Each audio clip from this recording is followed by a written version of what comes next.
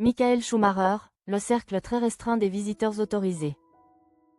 Michael Schumacher, le sanctuaire du silence d'une icône de la Formule 1. Il fut un temps où son nom seul faisait vibrer les asphaltes du monde entier, où son regard d'acier derrière la visière défiait les lois de la physique. 7 titres de champion du monde, un palmarès qui semblait gravé dans l'éternité et une détermination qui a hissé Ferrari au sommet des cimes. Pourtant, depuis ce funeste mois de décembre 2013 dans les Alpes françaises, le rugissement des moteurs a laissé place à un silence absolu, presque sacré.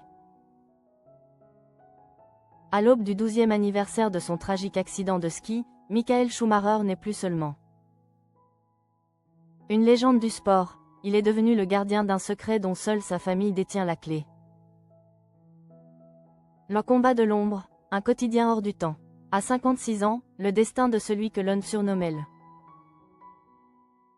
Baron Rouge se joue désormais loin des projecteurs, dans le secret d'une structure médicalisée installée au sein de sa demeure. Si les rumeurs évoquent un déménagement vers l'Espagne, une certitude demeure, son épouse Corinna Schumacher veille sur lui avec une abnégation qui forcerait l'admiration. Elle a transformé leur foyer en un bastion d'amour et de technologie médicale, protégeant l'intimité d'un homme qui, selon les confidences rares mais poignantes, communiquerait aujourd'hui par la seule force de son regard. Un geste d'espoir, les initiales d'un champion. Cette année, une lueur a pourtant transpercé ce mur de discrétion. Lors d'une vente aux enchères caritative organisée par Sir Jackie Stewart, un casque a été présenté, portant les initiales MS. Un geste rendu possible par la main de Corinna guidant celle de son mari. Comme pour rappeler au monde que l'esprit du champion, bien que prisonnier du silence, demeure présent. Elisabetta Gregoracci, l'ex-épouse de Flavio Briatore, a un jour rompu le silence pour esquisser une réalité touchante. Michael ne parle pas, il communique avec ses yeux. Une communication subtile, presque spirituelle, accessible seulement à une poignée d'élus. Le cercle des fidèles, la garde rapprochée. Au sein de la famille royale du sport automobile, le protocole des visites est plus strict que celui d'un État. Seules 9 personnes, un chiffre qui semble presque mystique, auraient le droit de franchir le seuil de son sanctuaire.